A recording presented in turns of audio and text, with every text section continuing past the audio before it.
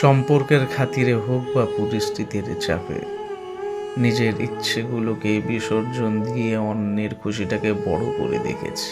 অথচ আজ যখন মানুষ আমাকে জিজ্ঞেস করে, তোমার কিসের এত কষ্ট, কিসের এত টেনশন তোমার, তখন আমি নির্বাক হয়ে যাই।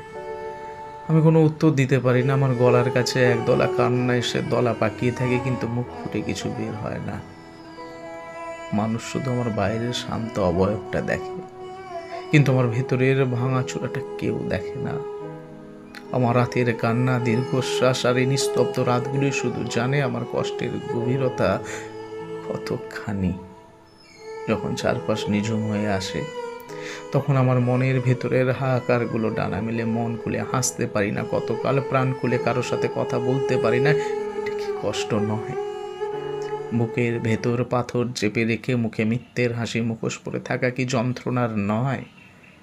সবসময় আমিই কেন মানিয়ে নেব? কেন সব সম্পর্কে শুধু আমাকেই একা এত পরিশ্রম করতে হবে? আমিই কেন বারবার ত্যাগের খাতায় নিজের নাম লিখব?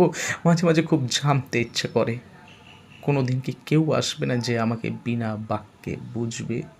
কেউ কি আমার চোখের দিকে তাকিয়ে বুঝতে পারবে না যে সেই হাসির আড়ালে কতটা আর্তনাদ লুকিয়ে আছে?